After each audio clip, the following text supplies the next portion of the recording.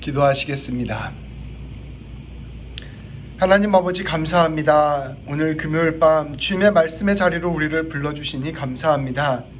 2000년 전 바울이 갈라디아 교회를 사랑하는 마음으로 쓴 이 편지가 오늘 우리의 심령을 다시금 울리는 귀한 말씀이 되게 하여 주시고, 하나님이 이 말씀을 들을 때 우리 한 사람 한 사람이 참으로 주님의 은혜 가운데 주님을 바라보게 되는 귀한 역사를 이루어 주옵소서. 말씀 전하는 저에게 함께하여 주셔서 오직 성령의 붙들림 안에서 말씀 전할 수 있도록 도와주시며, 말씀을 듣는 우리 모두 가운데 주께서 함께하여 주셔서 이 말씀을 통하여 주님의 말씀이 우리 가운데 새겨지는 귀한 시간 되게 하여 주옵소서. 우리 주 예수 그리스도의 이름으로 기도합니다. 아멘. 오늘 하나님께서 우리에게 주시는 말씀은 갈라디아서 2장 1절부터 10절까지 말씀입니다. 갈라디아서 2장 1절부터 10절까지 말씀입니다. 제가 봉독하겠습니다. 14년 후에 내가 바나바와 함께 디도를 데리고 다시 예루살렘에 올라갔나니, 계시를 따라 올라가 내가 이방 가운데서 전파하는 복음을 그들에게 제시하되 유력한 자들에게 사사로이 한 것은 내가 다름질하는 것이나 다름질한 것이 헛되지 않게 하려 함이라. 그러나 내가 함께 있는 헬라인 디도까지도 억지로 할례를 받게 하지 아니하였으니 이는 가만히 들어온 거짓 형제들 때문이라. 그들이 가만히 들어온 것은 그리스도 예수 안에서 우리가 가진 자유를 엿보고 우리를 종으로 삼고자 함이로되, 그들에게 우리가 한시도 복종하지 아니하였으니 이는 복음의 진리가 항상 너희 가운데 있게 하려 함이라. 유력하다는 이들 중에 본래 어떤 이들이든지 내게 상관이 없으며 하나님은 사람을 외모로 취하지 아니하시나니, 저 유력한 이들은 내게 의무를 더하여 준 것이 없고 도리어 그들은 내가 무할례자에게 복음 전함을 받은 것이 베드로가 할례자에게 맡음과 같은 것을 보았고, 베드로에게 역사하사 그를 할례자의 사도로 삼으시니가 또한 내게 역사하사 나를 이방인의 사도로 삼으셨느니라. 또 기둥같이 여기는 야고보와 게바와 요한도 내게 주신 은혜를 알므로 나와 바나바에게 친교의 약수를 하였으니 우리에게는 이방인에게로 그들은 할례자에게로 가게 하려 함이라. 다만 우리에게 가난한 자들을 기억하도록 부탁하였으니 이것은 나도 본래부터 힘써 행하여 왔노라. 아멘. 오늘 말씀은 바울과 사도들의 동일한 고백, 복음입니다. 우리가 함께 금요일마다 나누고 있는 갈라디아서 말씀은 바울이 갈라디아 교회에게 보낸 편지입니다. 제가 사실은 이렇게 말씀을 몇 번 앞에 이렇게 나눌 때마다 지금까지 했던 것들을 조금 요약하고 또 이 성경 말씀의 핵심적인 주제를 계속해서 말씀드리는 것은 이제 우리가 처음 시작하는 이 말씀들을 통하여 일주일 동안 잊고 살았던 말씀을 다시 한번 상기하고자 하는 뜻이 담겨져 있습니다. 그래서 어느 정도 다시 우리가 말씀을 듣는 상태로 이렇게 좀 우리의 생각들이 전환이 되면 그 가운데서 자연스럽게 오늘 말씀에 들어갈 수 있게 되기 때문에 먼저 이 지난주에 했던 말씀, 지지난주에 했던 말씀들을 다시 한번 상고하고 말씀을 시작하곤 합니다. 오늘도 마찬가지로 이 갈라디아서의 말씀이 어떠한 말씀인지를 간단히 나눈 뒤에 말씀을 들어가고자 합니다. 이 갈라디아 교회는 바울이 제1차 전도 여행 때 직접 복음을 전하고 교회를 세운 공동체들이었습니다. 그러니까 바울이 처음 전도를 시작해서 세운 교회들이 바로 갈라디아 교회였던 것입니다. 그런데 바울이 떠나고 난 뒤에 새롭게 들어온 선교사들이 있었습니다. 근데 그들은 바울의 선교를 잘 이어받아서 하는 것이 아니라 바울의 선교를 비방하기 시작했습니다. 그들은 바울의 가르침이 잘못되었다, 사실은 바울은 사도도 아니다 라고 비방한 것입니다. 근데 놀랍게도 이 갈라디아 교회 성도들이 바울이 전한 그 복음을 굳게 붙들고 살아간 것이 아니라 이 새롭게 찾아온 이 새로운 선교자들, 새로운 거짓 가르치는 교사들의 이야기에 마음을 뺏겨버리게 된 것입니다. 그래서 점점점 바울과 거리를 두기 시작하고 나아가서는 바울의 가르침을 떠나서 이 새로운 가르침을 받아들이기에 이르렀습니다. 바울이 그 소식을 듣고 정말로 안타까워하였습니다. 그것은 단순히 바울과 이 성도들 사이에 개인적인 관계가 깨지는 문제에서 끝나는 것이 아니라 자기가 정말 목숨을 걸고 양육하고 케어해왔던 이 갈라디아 교회 성도들이 참된 복음에서 떠나 잘못된 복음을 받아들이게 되는 것이기 때문이었습니다. 우리가 함께 교회를 잘 섬기고 교회에 같이 잘 사역하고 있었던 성도 한 분이 갑자기 이단에 빠져서 교회를 떠나게 되면 그것 자체가 교회에 주는 충격이 매우 큽니다. 왜냐하면 인간적인 관계가 끊어졌다는 충격도 있는데, 그것과 더불어 정말 내가 귀하게 여기고 아꼈던 그 성도가 구원의 길에서 멀어지는 충격이 더해지기 때문입니다. 그러니까 한편으로는 인간적인 관계의 깨어짐의 아픔이 있고, 또 다른 한편으로는 구원의 길에서 멀어진 것에 대한 아픔이 있고, 이 아픔이 동시에 겹쳐지기 때문에 참으로 가슴이 아프게 되는 것입니다. 그 성도가 가족과 같이 함께 지냈던 성도였고, 또 사랑의 마음과 헌신으로 양육해왔던 성도였다면 그 상실감과 충격은 더더욱 크게 다가오게 되는 것입니다. 바울에게 있어서 갈라디아 교회는 이러한 첫째 아이와 같은 존재였습니다. 자기가 가장 처음 시작한 첫사랑, 얼마나 그 마음이 깊었겠어요. 거기에 온 마음과 뜻을 다하여 세운 교회였습니다. 그런데 그 교회 공동체가 바울을 비방하고 바울의 가르침을 떠나서 새로운 가르침을 따르게 된 것입니다. 그렇기에 바울의 심정은 사실상 쓰라리게 아팠을 것입니다. 바울은 이러한 갈라디아 교회 성도들의 마음을 돌이키기 위하여 편지를 썼습니다. 그리고 그 편지를 통해 갈라디아 교회가 다시 바울의 가르침으로 돌아올 것을 간곡히 부탁하였습니다. 이 바울의 갈라디아서 말씀을 보면 굉장히 바울의 마음이 지금 격정적인 상태라는 것을 느낄 수가 있습니다. 그러면서도 바울은 굉장히 탁월한 설교가이자 또 신학자의 면모가 드러나는 게, 그러면서도 동시에 차근차근 자신의 뜻을 전달하는 것을 살펴볼 수가 있습니다. 우리는 지난 1장의 말씀을 통하여 이 바울이 이 갈라디아 교회 성도들에게 하고자 하는 말씀을 잠깐 나누었습니다. 바울은 이 편지의 서두부터 그냥 보편적인 일반적으로 했던 그 인사들을 전부 다 생략하고 자신의 뜻을 선포하기 시작했습니다. 내가 너희들에게 전한 이 복음은 주님으로부터 온 복음이다 라는 것을 선포한 것입니다. 갈라디아에 온 거짓 선교자들, 갈라디아에 온 거짓을 가르치는 그 교사들은 한마디로 말하면 유대주의적인 복음, 율법주의적인 복음을 전하였습니다. 조금 어려운 그 용어인데요.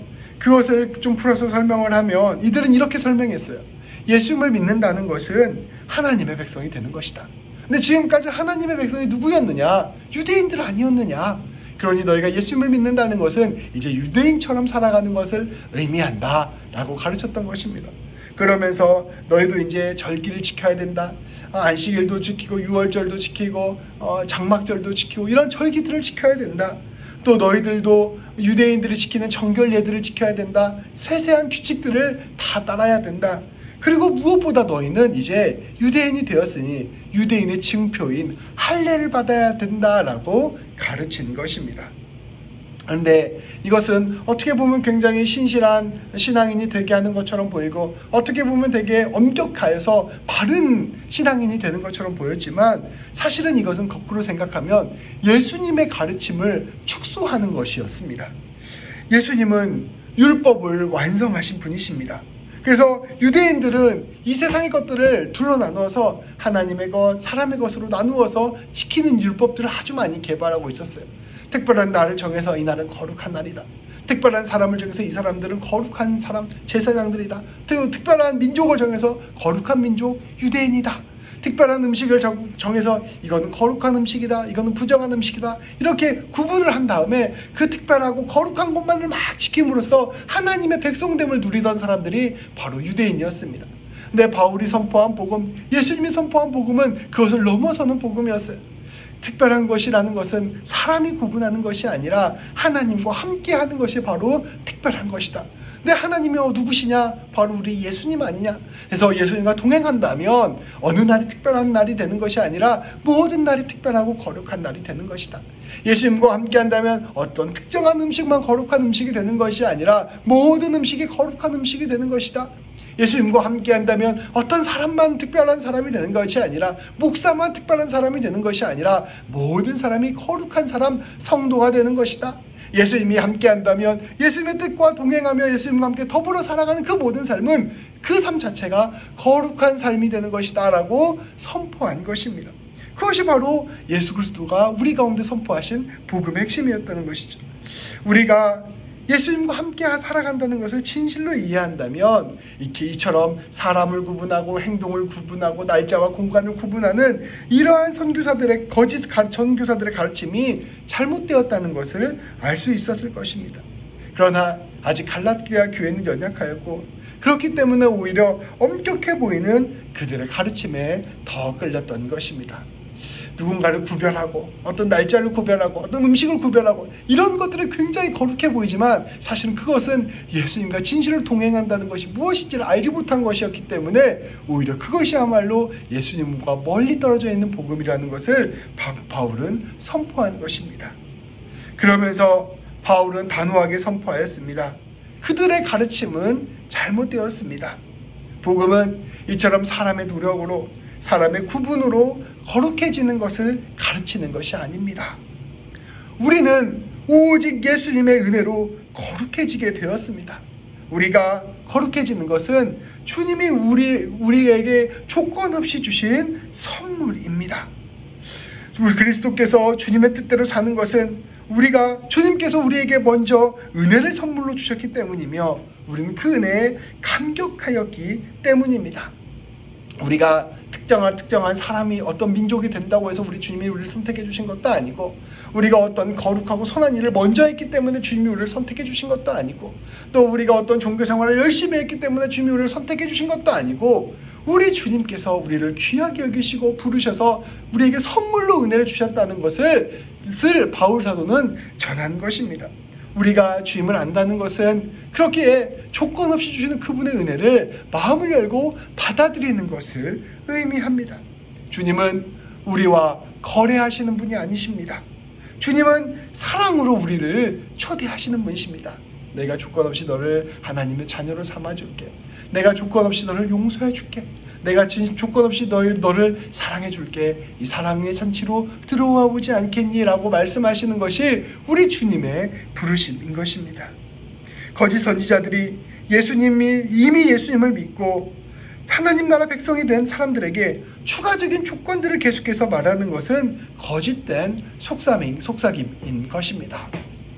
제가 이것을 한번 비유로 설명해 볼까 고민을 하면서 한번 생각을 해보았습니다. 사실 제가 말씀을 전할 때에는 웬만하면 말씀에 더 집중해서 말씀을 좀 더 집중해서 전하고 싶고, 또 이렇게 말씀이 어떠한 내용을 하시는지를 우리 성도님들께 더 전하고 싶어서 웬만하면 예화나 비유를 최대한 안 쓰고, 아직도 그런 것들을 쓰는 게 제가 아직 부족하다고 생각을 하기 때문에 안 쓰고 있는데, 앞으로는 조금 더 더 깊어지고 또 말씀을 더 잘 알게 되면 비유나 예화들도 점점 많이 써보면 좋지 않을까, 이런 생각들을 함께 하고 있습니다. 그래서 오늘 이 말씀도 함께 한번 비유를 생각해 보았는데 이런 것과 같습니다. 제가 어느 날 귀하게 여기게 된 한 친구가 있었습니다. 이 친구가 형편이 어렵고 마음이 어려운데 그럼에도 불구하고 제가 이 친구를 굉장히 소중하게 여기게 되고 사랑하는 마음을 갖게 되었습니다. 실제로 그렇다는 게 아니라 예예요. 그런 마음을 갖게 되었어요. 그래서 이 사람하고 친해지고 싶어서 이 친구한테 한번 내가 여는 잔치 식사 대접에 한번 오지 않겠니? 라고 초대를 한 거예요. 근데 그 식사 초대를 할 때 어떤 조건이라든가 어떤 그런 것들을 걸지 않고 진짜 순수하게 제가 사랑하는 마음으로 이 사람하고 식사를 나누고 싶어서, 사랑의 교제를 나누고 싶어서 초대한 것입니다. 그래서 이 친구가 그 얘기를 듣고 흔쾌히 동의하였습니다. 그래, 나도 너랑 같이 밥을 먹고 싶어서 내가 방문할게. 그리고 이제 이 사람의 나름대로 그 기쁨과 감사를 가지고 그날을 준비하고 있었습니다. 근데 어느 날 그 사람 옆에 이상한 친구 하나가 붙은 거예요. 그러면서 이런 말을 하는 거예요. 야, 너 이번에 동인의 집 가기로 했다면서? 그래, 야, 동인의 집 가려고 하는데 너 옷차림이 집에 있는 옷으로 가능하겠어? 야, 너 그런 옷 입고 가면 동이가 너 만나주지도 않고 속으로 욕할 거야. 그러니까 너는 지금 가서 빨리 좋은 옷을 사 입어야 돼. 그래서 이 마음에 부담을 주는 거예요. 야, 너 지금 이렇게 머리도 그 단정치 못한데 그렇게 갈 수 있겠어? 너 비싼 미용실에 가서 머리도 하고 가야 돼. 이렇게 해서 이 사람에게 계속해서 제가 그렇게 생각하지도 않았는데 여러 가지 조건들을 붙여서 그 사람한테 압박을 넣는 거예요. 그래서 이 사람은 점점점 그렇게 생각을 하게 되고 그런 마음이 휩쓸리게 돼서 내가 동의의 식사 대접을 가기 위해서는 결국 좋은 옷도 입고 머리 대접도 해야 되나? 라고 하면서 점점점 부담스러운 마음, 불안한 마음으로 식사 대접을 오지 못하게 되는 마음을 갖게 되는 것이죠. 근데 방금 제가 들려드렸던 이 예가 당시 바울의 상황과 바울이 전파했던 말씀 복음 전파의 상황과 매우 흡사한 이야기였습니다. 예수님께서는 모든 사람들에게 자신의 보혈을 통하여 천국 잔치로 들어올 수 있는 티켓을 한 장씩 주었습니다. 그래서 누구든지 마음을 열고 예수님께로 믿음으로 나아가기만 하면 주님의 은혜를 받고 사랑을 경험할 수 있는 새로운 세대가 열리게 된 것이죠. 근데 거짓 선교사들이 와서 이렇게 얘기하는 겁니다. 야, 너 할례도 안 받은 사람이 어떻게 하나님 나라의 백성이 될 수 있냐? 너 어떻게 절기도 안 지키는 사람이 하나님 나라의 백성이 될 수 있냐? 야, 너 어떻게 헌금도 그만큼 안 내는 사람이 하나님 나라의 백성이 될 수 있냐? 계속해서 그런 얘기를 함으로써 이 사람들에게 마음에 부담을 주고 또 마음에 억압을 느끼게 하고 심지어 하나님을 만나는 것을 두려워하고 꺼리게 되고 자기를 자책하게 만드는 일들을 이 거짓 선교사들이 하고 있었던 것입니다. 바울은 이 예수님의 놀라운 은혜와 사랑, 예수님의 조건 없는 초대, 예수님이 선포하신 그 하나님 나라를 자기 마음대로 조건을 거는 이 사람들을 강하게 비판하는 것입니다.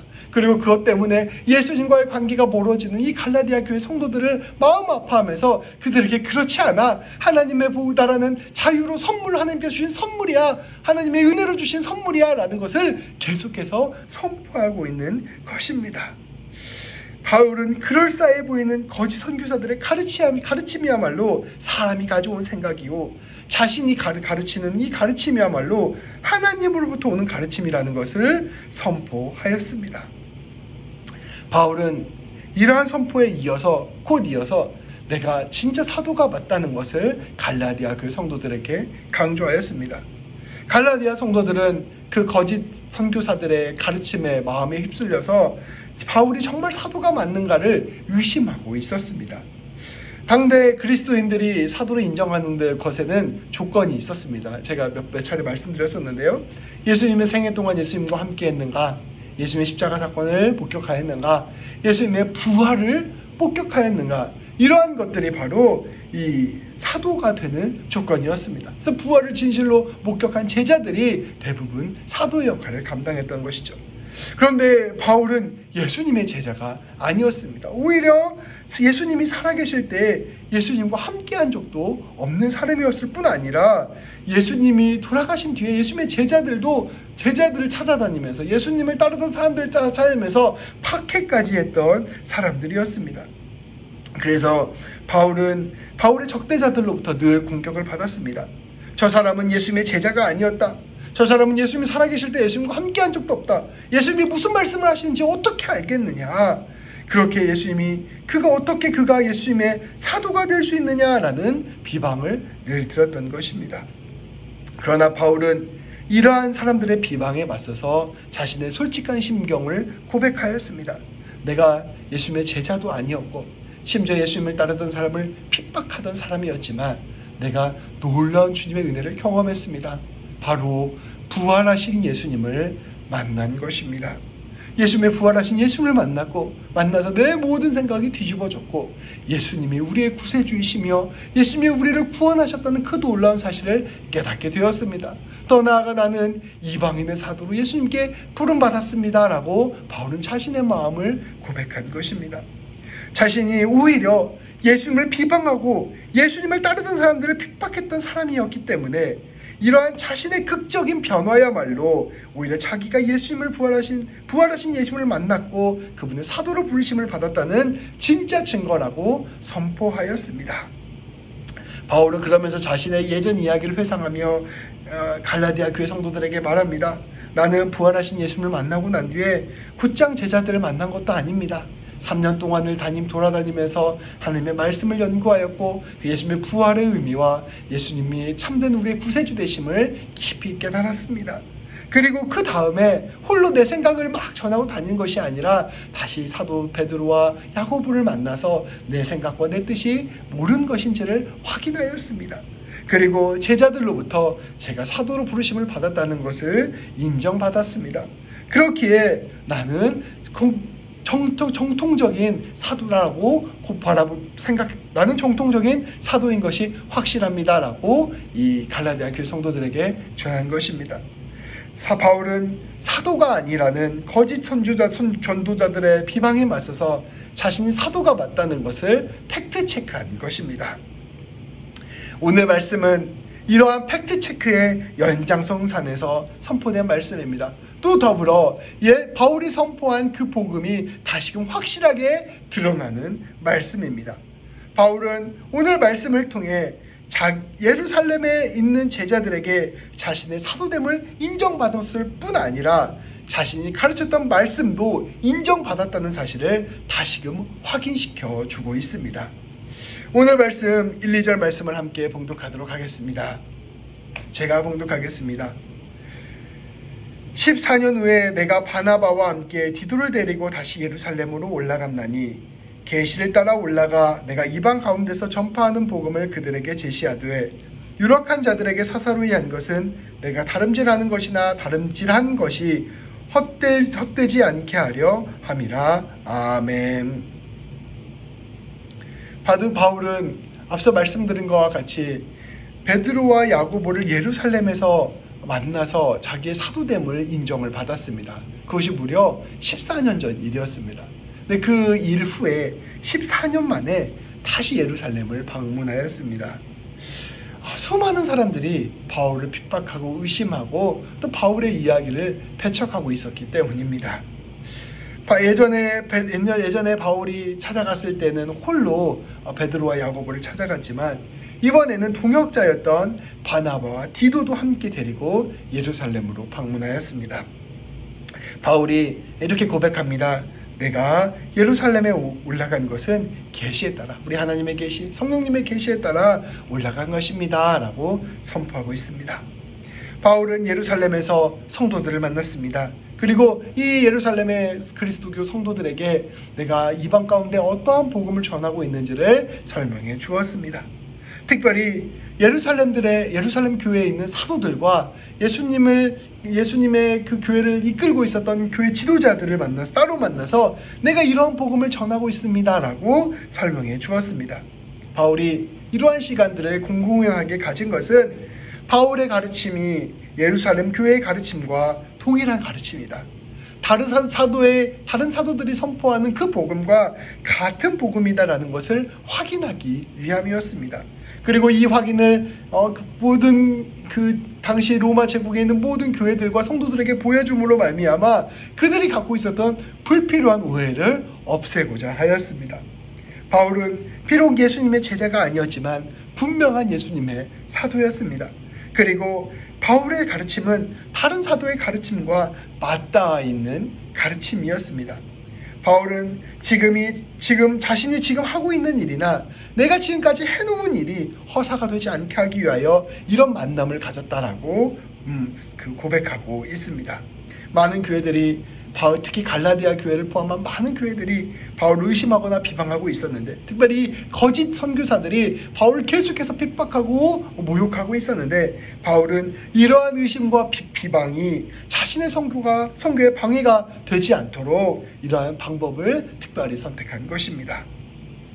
바울은 계속해서 3절에서 5절까지 말씀을 보면 계속해서 자신의 의견이 어떻게 인정받았는지를 보여줍니다. 3절부터 5절까지 말씀을 제가 봉독하겠습니다.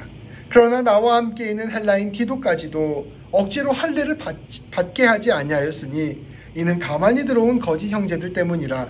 그들이 가만히 들어온 것은 그리스도 예수 안에서 우리가 가진 자유를 엿보고 우리를 종으로 삼고자 함이로되, 그들에게 우리가 한시도 복종하지 아니하였으니 이는 복음의 진리가 항상 너희 가운데 있게 하려 함이라. 아멘. 바울은 이제 자신이 이 당시에 있는 사도들에게 인정받았다는 것뿐 아니라 자신의 의견 또한 사도들에게 인정받았다는 것을 모든 성도들에게 보이고자 하였습니다. 바울과 함께 온 디도는 그리스 사람이었습니다. 헬라인이라고 표현하는데 같은 말이죠. 그리스 사람이었습니다. 근데 이 사람은 당연히 유대인이 아니고 이방인이었습니다. 바울은 그가 그리스도인이라는 것을 공표하면서 동시에 그가 할례를 받을 필요가 없다는 것을 공공연하게 보였습니다. 이것은 당시에 그리스도인이 되면 이방인이라도 반드시 할례를 받아야 한다고 주장했던 이들, 특별히 이 갈라디아 교회에 온 이 거짓 선교사들에게 이것이 틀렸다는 것을 본보기로 보여주기 위함이었습니다. 바울이 보기에 그들은 제가 앞서서 설명했듯이 그리스도인으로서의 자유를 빼앗는 사람이었고 예수님이 선포하신 그 하나님 나라의 초대를 왜곡하는 사람들이었고 오히려 한 사람 한 사람을 율법과 규칙의 노예로 만들려는 사람들이었습니다. 바울은 이러한 잘못된 가르침에 복종하는 것은 옳지 않다는 것을 모든 교회에 분명히 보여주고자 하였습니다. 우리가 예수님의 제자가 된다는 것, 하나님 나라 백성이 된다는 것은 조건이 필요하지 않습니다. 교회는 모든 죄인이 함께 참여하는 곳입니다. 이곳에 와서 하나님의 은혜를 느끼고 하나님의 사랑을 느끼고 하나님의 만져주심을 경험하면서 우리는 새롭게 하나님의 사람으로 변화해 나가는 것입니다. 그게 바로 복음의 핵심인 것입니다. 바울은 이것을 모든 성도들에게 선포하고 싶었던 것입니다. 바울은 더 나아가 이러한 잘못된 가르침에 복종하는 것은 옳지 않고 또 특별히 갈라디아 교회들 가운데에서도 자신의 가르침이 옳다는 것을 이 사건을 통하여 보여주고자 하였습니다. 놀랍게도 바울이 이러한 뜻을 드러냈을 때 교회 지도자들 또 교회 사도들은 바울의 편에 서서 바울을 지지하여 주었습니다. 6절부터 9절까지 말씀입니다. 제가 봉독하겠습니다. 유력하다는 이들 중에 본래 어떤 이들이든지 내게 상관이 없으며 하나님은 사람을 외모로 취하지 아니하시나니 저 유력한 이들은 내게 의무를 더해 준 것이 없고 도리어 그들은 내가 무할례자에게 복음 전함을 받은 것이 베드로가 할례자에게 맡음과 같은 것을 보았고 베드로에게 역사하사 그를 할례자의 사도로 삼으신 이가 또한 내게 역사하사 나를 이방인의 사도로 삼으셨느니라. 또 기둥같이 여기는 야고보와 게바와 요한도 내게 주신 은혜를 알므로 나와 바나바에게 친교의 약속을 하였으니 우리는 이방인에게로 그들은 할례자에게로 가게 하려 함이라. 바울은 선포합니다. 사실은 이게 정말 중요한 것은 아닌데 모든 교회가 인정하고 유력하다고 생각하시는 분들이 있습니다. 바로 베드로나 야고보나 또 요한이나 이런 사람들이 그런 사람들이었던 것이죠. 예수님의 동생이자 제자였던 사람들, 또 사도였던 사람들, 특별히 예루살렘 교회의 지도자였던 사람들, 이런 사람들이 그러한 유력한 사람들이었습니다.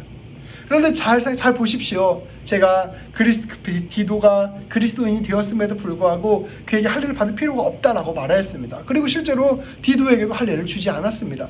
그런데 이 사도들, 이 교회의 지도자들이 저에게 아무런 말을 하지 않았습니다. 그걸 가지고 트집을 잡거나 왜 할례를 주지 않느냐 이런 말을 준 적이 없다라는 것입니다. 자, 이것을 보면 무엇을 의미합니까? 그리스도인이 따로 할례를 받을 필요가 없다라는 것을 그 사람들도 알고 있다라는 것을 보여주는 것입니다.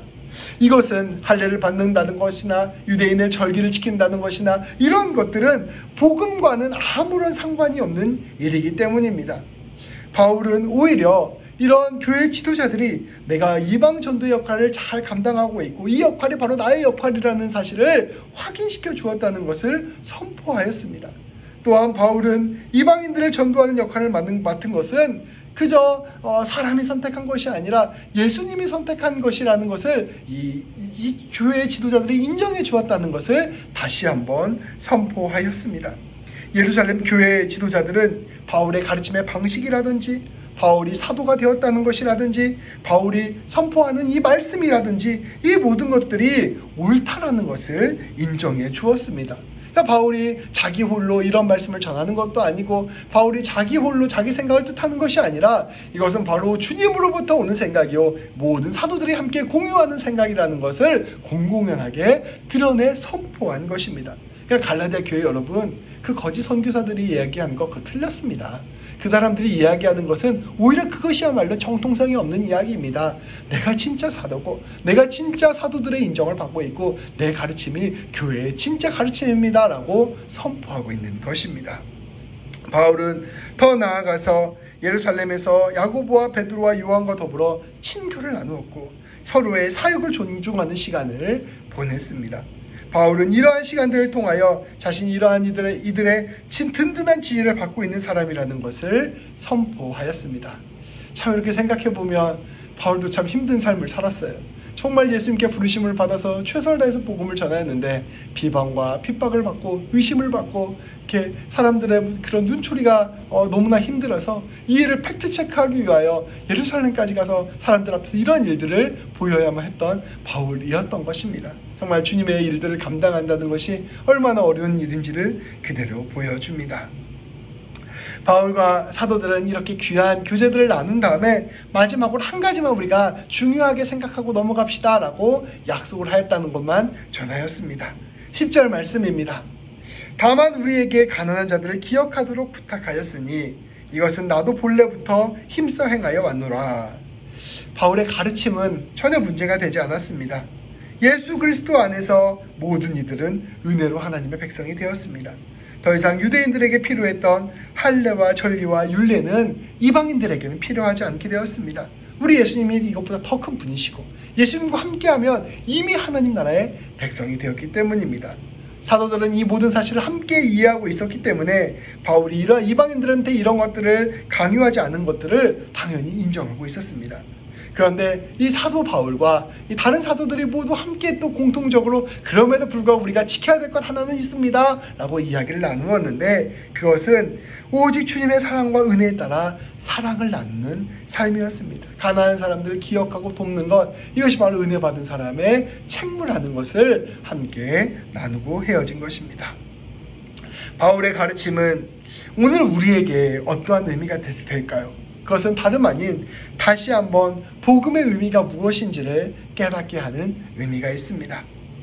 그리스도인이 된다는 것은 우리에게 먼저 다가와서 선물로 주시는 주님의 은혜를 받아들이는 것입니다.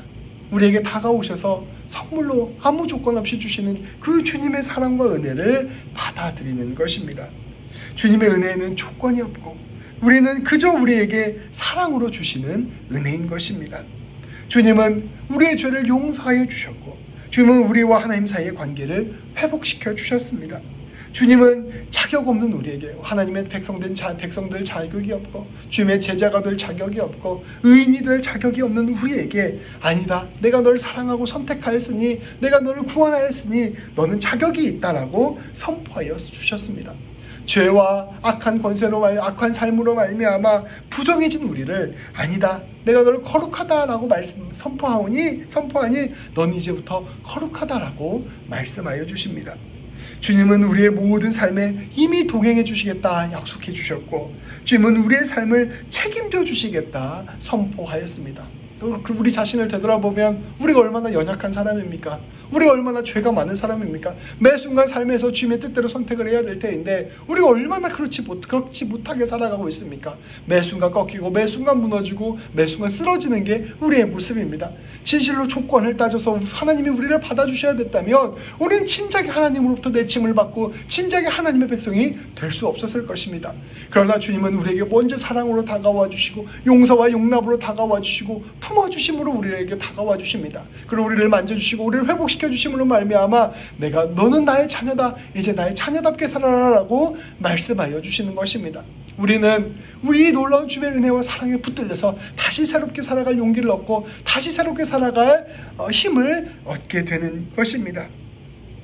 우리가 그저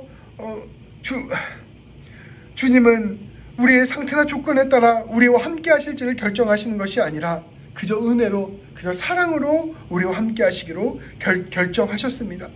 우리는 그 놀라운 주님의 은혜를 그저 받아들이는 것이 바로 복음이라는 것을 받아들여야 할 것입니다. 우리의 마음은 때때로 불안합니다. 그래서 우리가 거꾸로 생각해서 내가 하나님께 이것도 해드려야 될 거, 저것도 해결해야 될 것 같은 불안한 마음이 있습니다. 중요한 것은 불안한 마음인 것이죠. 이런 뭐라도 해야 주님께서 나를 심판하지 않으시고 나에게 복을 주시지 않을까 하는 마음이 드는 것이죠.